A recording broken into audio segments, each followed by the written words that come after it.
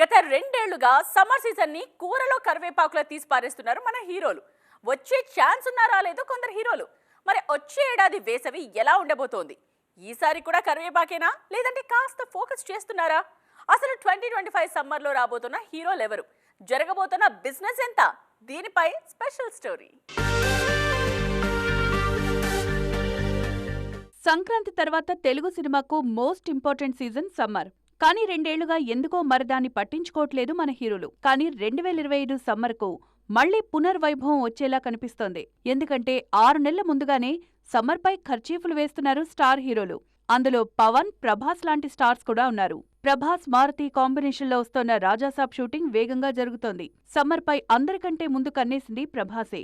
April 10, 2025న Raja Saab రాబోతోంది. ఈ చిత్రం వచ్చిన వారం రోజుల్లోనే తేజ సజ్జా మిరాయ్ విడుదల కానుంది.